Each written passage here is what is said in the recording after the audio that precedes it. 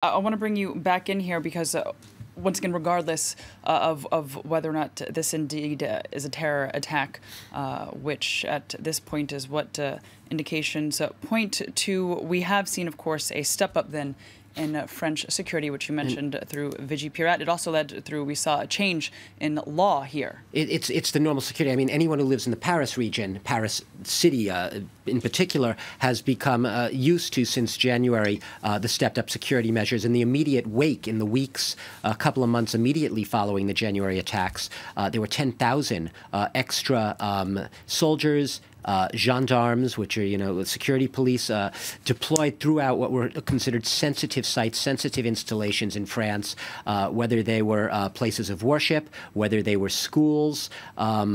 Jewish schools were all assigned in France, extra, literally soldiers armed with machine guns deployed outside. They remain there to this day. Obviously, some of it is perhaps less visible now than it was in the immediate days and weeks following the Charlie Hebdo attack, but that really was, in a sense, of the perceived sense of threat to both France and more broadly Europe, because it's obviously not just in France that this threat is perceived. There have been similar types of incidents, isolated incidents, sometimes by lone wolves, throughout Europe in recent months. And so there has been a more heightened presence of these types of security forces on the streets of not just French cities, but other European cities in relation. And that continues to this day.